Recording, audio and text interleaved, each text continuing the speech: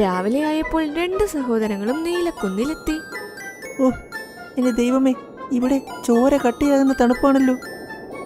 മഞ്ഞും പൊഴിയുന്നുണ്ടായിരുന്നു. അവർ ഒരുപാട് കഷ്ടപ്പെട്ടു പറന്നുകൊണ്ടേയിരുന്നു.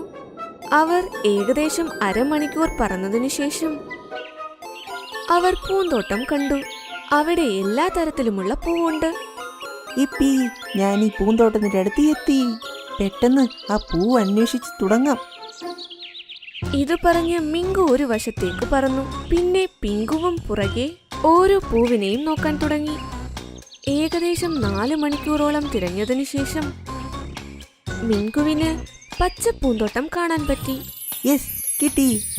മിങ്കു പെട്ടെന്ന് ആ പൂന്തോട്ടത്തിന്റെ അടുത്ത് പോയി. അപ്പോൾ പിങ്കുവും അവിടേക്ക് വന്നു.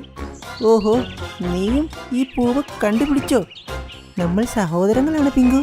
അത് നന്നായി. നമ്മൾ 2 പേരും ആ വീട്ടിൽ താമസിക്കാൻ യോഗ്യത തെളിയിച്ചു. ശരി, നോക്കാം. Bye bye.